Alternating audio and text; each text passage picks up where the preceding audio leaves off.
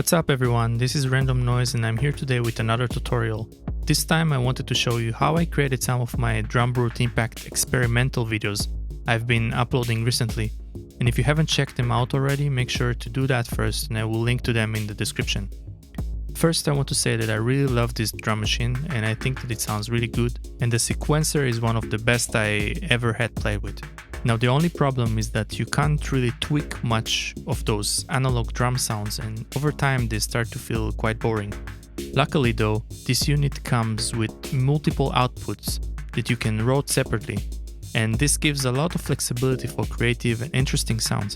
So in this tutorial I will show you my workflow process of using Ableton Live to add some more effects to the individual drums channels and create some more interesting sounds and patterns.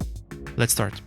So right here at the back of the Drumbrute Impact I have my USB connected to the computer and the individual outputs are connected to the Scarlett interface. I have the mix output which takes out the toms, the cymbals and the cowbell and also the hi-hat because I didn't separate it. And the Drumbrute basically do it automatically for you. Once you are separating one of the elements, it will take it out from the main output. So you won't hear it through the main output. And then I have the kicks separated and the snares and the FM drum. Now as I showed you, I also connect the USB to the computer, and I do that because I want the effect to sync with the drum machine, so I'm changing it here to a USB mode. Basically you don't have to do that, but I like the effects to sync with the unit BPM. Okay, so let's move to Ableton Live and I will show you how to set up everything over there. So I basically created this template inside of Ableton Live to just make it easier every time I want to do one of these jam sessions, which basically I'm routing all the individual drums into separate channels inside of Ableton Live. So I have one channel for the bass drum, one for the snares, for the main output of the Drumbrute, and one for the FM drum. I also like to group all the channels together so I can add even more effects on top of that, so it can create even more interesting sound. So in Ableton preferences, and this is depends on your audio interface, you will be able to define all the audio channels that you can record from your interface. So I have here the Scarlett 18i8 from Focusrite, and I named all the channels so it will be easier for me to route them. In the MIDI section, what I'm doing, I'm only activating the sync to send the BPM to the Drumbrute Impact. So basically every time that I play or record inside of Ableton, this will activate the machine and start the sequencer. And you can also see that I'm correcting here the latency by pushing the sounds with a few milliseconds. So once you have all this set up in the preferences and you have all the channels routed inside the Ableton here, you need to activate this button over here to make sure you can hear the sound that's coming. This is basically the monitor button. So now I can test all these channels to see if the signal is coming in.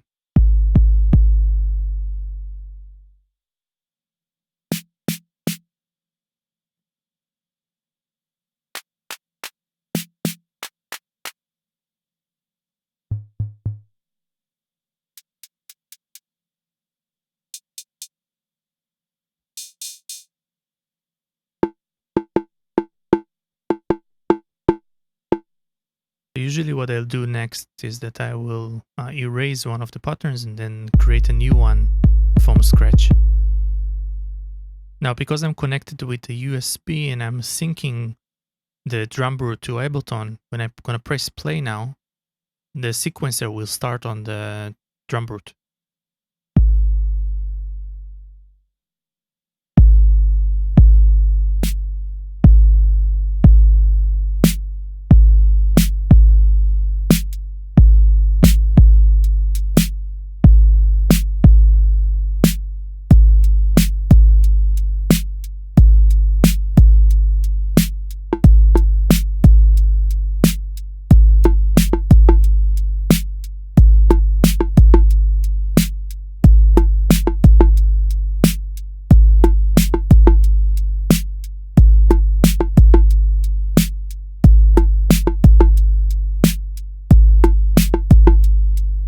So now that I have this simple pattern, basically what I'll do next is go back into Ableton Live and just start to experiment by adding a bunch of effects on the individual channels. I will start with the FM just to give it some character. And here I'm using the Reason Studio Rec extension, but you can actually use any VST or built-in effect inside of Ableton.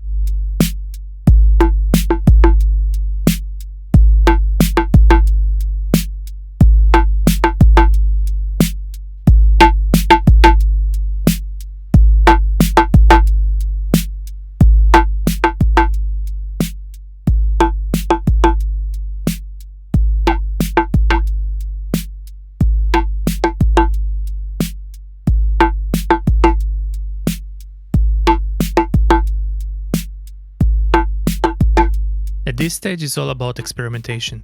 So the weirdest sound you can get, the funkiest one, the better.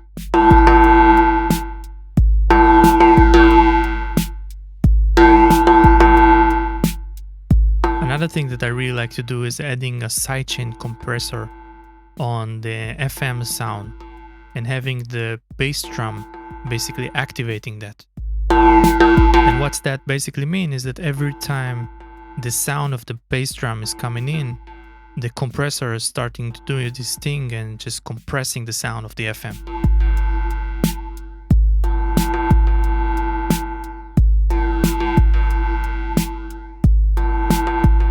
Next, I will add some delay or reverb on the send channel, and I create a return channel inside of Ableton and just use any reverb or delay. Here I'm using the AH delay from Waves, which I really like because it has its some sort of an analog sound to it, so that I really like, and I feel that works really well for this kind of experimentation.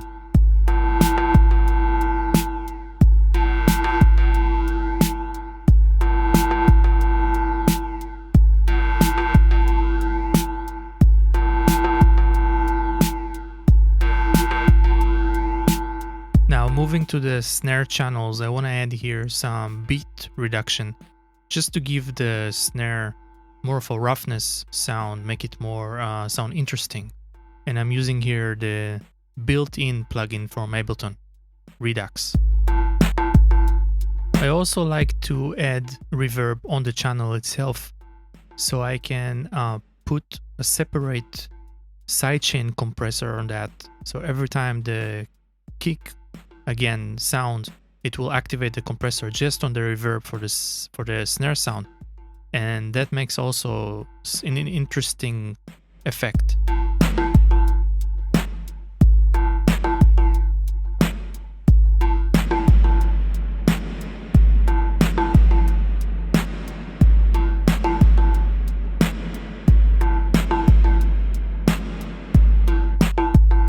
Once I'm happy with all these effects, I start to experiment with the pattern itself and just mess around with the control of the Drumbrute Impact.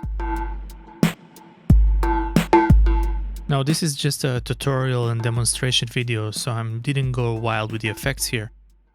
Usually I will make even more processing.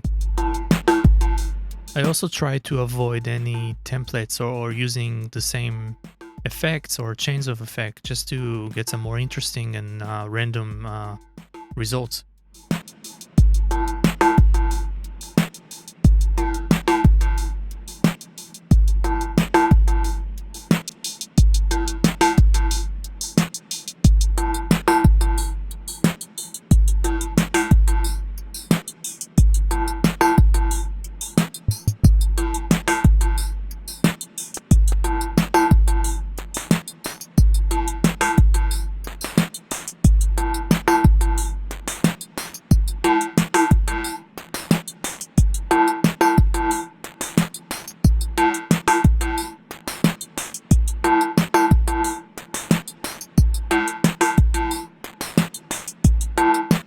Now here I'm adding more effects and process on the group channels to add some more interesting sound to all the drums at once and kind of glue them together.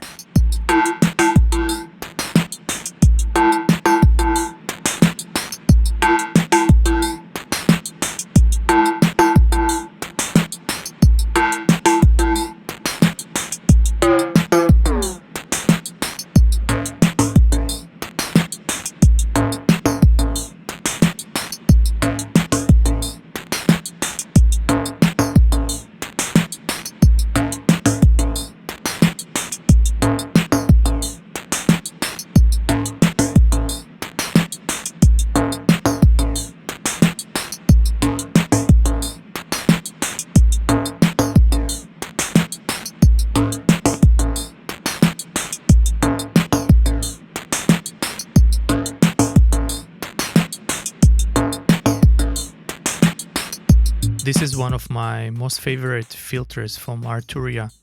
It's basically the mini Moog filter from the Moog synthesizer, and I really like the effect that it can add to the FM sound.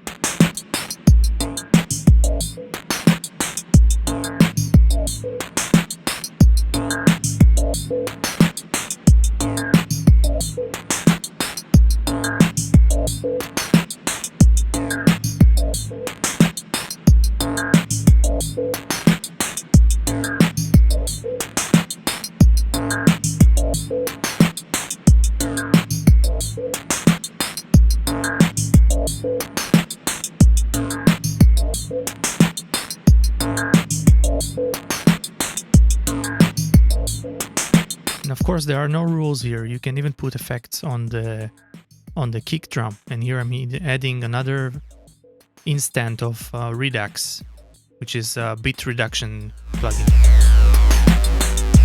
As you can see, the possibilities are basically endless.